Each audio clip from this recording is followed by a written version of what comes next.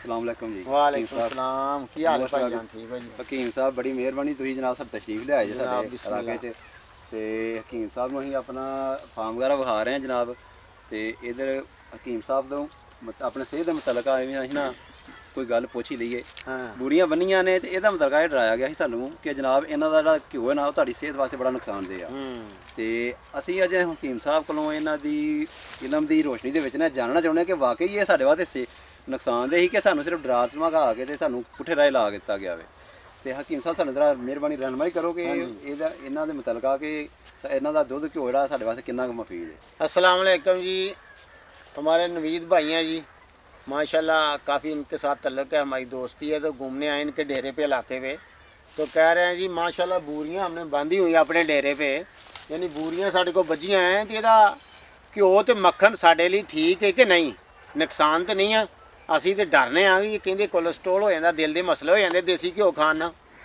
नवीद भाई गल ये आ कि आज से कई साल पहले ना यूरोप ने, अमेरिका ने, मगरब ने हमें बड़ा डराया, जनाब ये आपकी सेहत के लिए बड़ा ख़तरनाक है, इससे आपको दिल के मसले हो जाएंगे, इससे हार्ट अटैक आ जाएगा, आपकी खून की नालियाँ बंद होती हैं, ब्लड प्रेशर बनता है, लिहाजा इसको ना खाएं।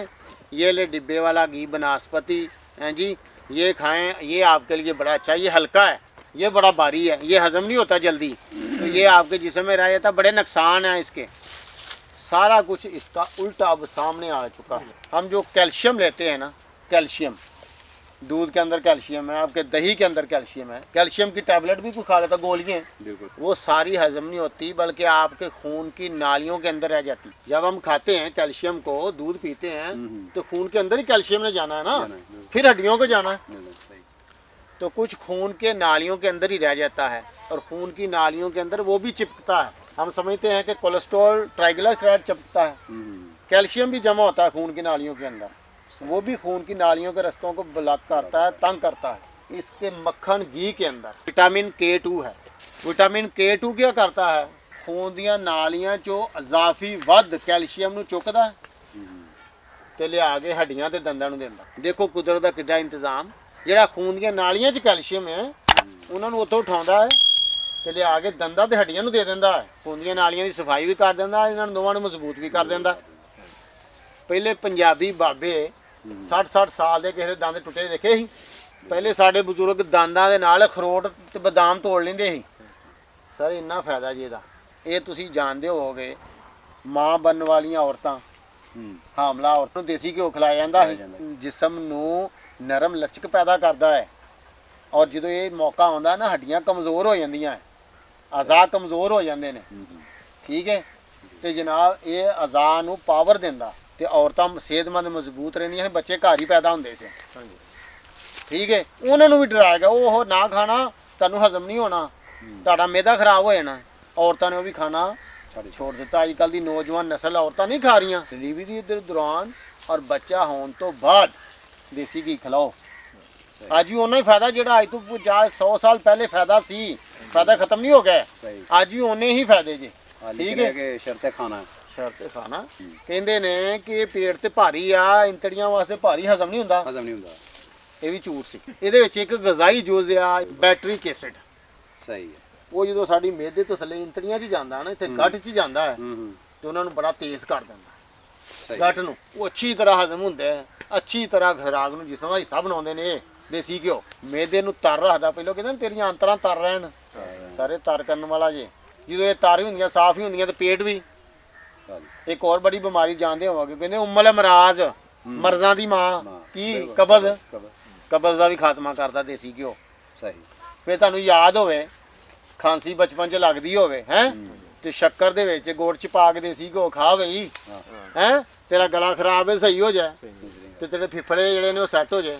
ਬੂਰੀਆਂ ਤੁਹਾਡੇ ਕੋਲ ਵੱਜੀਆਂ ਨੇ, ਇਹ ਬੂਰੀਆਂ ਦੇ ਇੰਨੇ ਫਾਇਦੇ ਜੇ। ਵਿਟਾਮਿਨ K2, ਉਹ ਮੱਝ ਜਿਹੜੀ ਧੁੱਪੇ ਵੱਜੀ ਹੈ, ਧੁੱਪੇ ਚਰਦੀ ਆ, ਇਹ ਉਹੀ ਮਾਹੌਲ ਹੈ। ਹਾਂਜੀ ਹਾਂਜੀ, ਫਿਰਦੀ ਆ ਨਾ ਮੱਝ, ਕਿੱਲੇ ਦੇ ਵੱਜੀ ਜ਼ਮੀਨ। ਹੁਣ ਤੇ ਜ਼ਿਆਦਾ ਮੱਝਾਂ ਜਿਹੜੇ ਯੂਰਪ ਹੈ ਨਾ, ਫਾਰਮ ਹਾਊਸ ਬਣਾਏ ਨੇ, ਸਹੀ। ਉਹ ਇੱਥੇ ਇੱਕ ਸ਼ੈੱਡ ਦੇ ਥੱਲੇ ਇੱਕ ਕਮਰੇ 'ਚ ਬਾਉਂਡ ਹੈ। ਵਿਟਾਮਿਨ D ਵੀ ਇਹਨਾਂ ਦੇ ਅੰਦਰ ਜੇ, ਤੁਹਾਡੇ ਦੇਸੀ ਘਿਓ ਤੇ ਮੱਖਣ 'ਚ। ਤੇ ਨੁਕਸਾਨ ਕੋਈ ਨਹੀਂ ਆ, ਸਿਹਤ ਵਾਸਤੇ ਕਮਾਲ ਹੀ ਕਮਾਲ। ਦੇਖੋ ਜਿਸ ਤਰ੍ਹਾਂ ਦੀ ਅਸੀਂ ਗਜ਼ਾ ਖਾ ਰਹੇ ਹਾਂ, ਜਿਵੇਂ ਭਾਈ ਨੇ ਅਰਜ਼ ਕੀਤੀ ਆ ਜੀ, ਬੋਤਲਾਂ ਤੇ ਅਸੀਂ ਰੋਜ਼ਾਨਾ ਪੀਨੇ ਆ।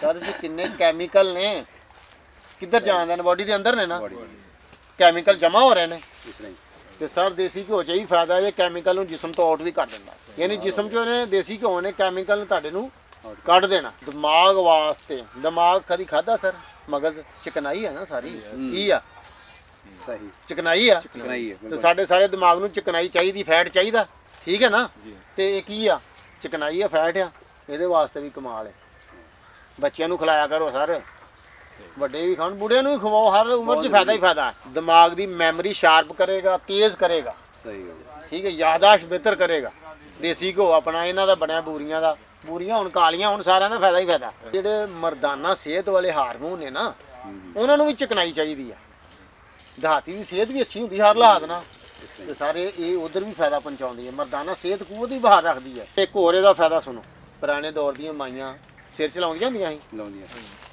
ਅੱਜ ਕੱਲ ਦੀ ਨੌਜਵਾਨ ਨਸਲ ਨਹੀਂ ਲਾਉਂਦੀ ਪਈ ਹੈਨਾ ਨਾ ਬੀਬੀਆਂ ਲਾਉਂਦੀਆਂ ਮਾਈਆਂ ਦੇ ਵਾਲ ਕਦੀ ਗਿਰੇ ਦੇਖੇ ਸੀ ਪੁਰਾਣੀਆਂ ਮਾਈਆਂ ਲਾਉਂਦੀਆਂ ਸੀ ਤੇ ਉਹਨਾਂ ਦੇ ਵਾਲ ਨਰਮ ਨਾਜ਼ੁਕ ਹਾਂਜੀ ਸਿਹਤਮੰਦ ਸ਼ਾਈਨ ਤੇ ਜਨਾਬ ਸ਼ਾਈਨ ਰਹਿੰਦੇ ਸੀ ਤੇ ਕਾਲੇ ਵੀ ਰਹਿੰਦੇ ਸੀ ਦੇਰ ਤੱਕ ਹਾਂਜੀ ਹਾਂਜੀ ਲਿਹਾਜ਼ਾ ਸਿਰ ਦੇ ਵਿੱਚ ਅਗਰ ਇਹਦਾ ਮਸਾਜ ਕੀਤਾ ਜਾਵੇ ਉਹਦੇ ਵਾਸਤੇ ਵੀ ਇਹ ਕਮਾਲ ਹੈ ਔਰ ਅੱਜ ਕੱਲ ਬੜਾ ਮਸਲਾ ਸ਼ਹਿਰ ਦੇ ਲੋਕਾਂ ਨੂੰ ਜ਼ਿਆਦਾ ਪਿੰਡਾਂ 'ਚ ਵੀ ਲੈ ਲਿਆ ਪਰ ਪਿੰਡਾਂ 'ਚ ਘੱਟ ਜਿਹੜਾ ਮਸ਼ੱਕਤ ਕਰਦਾ ਨਾ ਹਾਂ। ਉੱਥੇ ਘੱਟ ਹੈ ਉਹ ਮੋਟਾਪਾ ਹੈ ਉਹ ਜਿਸਮ ਜ਼ਿਆਦਾ ਚਰਬੀ ਇਹ ਚਰਬੀ ਬਣਾਉਂਦੀ ਨਹੀਂ ਇਹ ਮੋਟਾਪੇ ਨੂੰ ਖਤਮ ਕਰਦੀ ਜੇ ਯਾਨੀ ਸਮਝ ਲਓ ਸਾਰੇ ਇੱਕ ਬੰਨੇ ਸੋਨਾ ਰੱਖ ਲਈਏ ਤੇ ਇੱਕ ਬੰਨੇ ਆਪਣਾ ਘਰ ਦਾ ਦੇਸੀ ਘਿਓ ਰੱਖ ਲਈਏ ਇੱਕ ਬਰਾਬਰ ਹੈ ਇਹਨੂੰ ਸਰ ਖਾਓ ਸਹੀ ਤੇ ਸਿਹਤਮੰਦ ਰਹੋਗੇ ਕਿੰਨੀਆਂ ਬਿਮਾਰੀਆਂ ਤੋਂ ਬਲੱਡ ਪ੍ਰੈਸ਼ਰ ਸ਼ੂਗਰ ਠੀਕ ਹੈ ਜੀ ਦਿਲ ਦੇ ਮਸਲਿਆਂ ਤੋਂ ਬਚੋਗੇ ਸਰ ਬਨਾਸਪਤੀ ਨੂੰ ਛੱਡੋ ਬਨਾਸਪਤੀ ਨੂੰ ਛੱਡੋ ਉਹ ਜ਼ਹਿਰ ਹੈ ਇਹ ਸੋਨਾ ਹੈ ਲਿਹਾਜ਼ਾ ਇਹ ਸਾਡੇ ਲਈ ਨੁਕਸਾਨਦੇਹ नहीं है।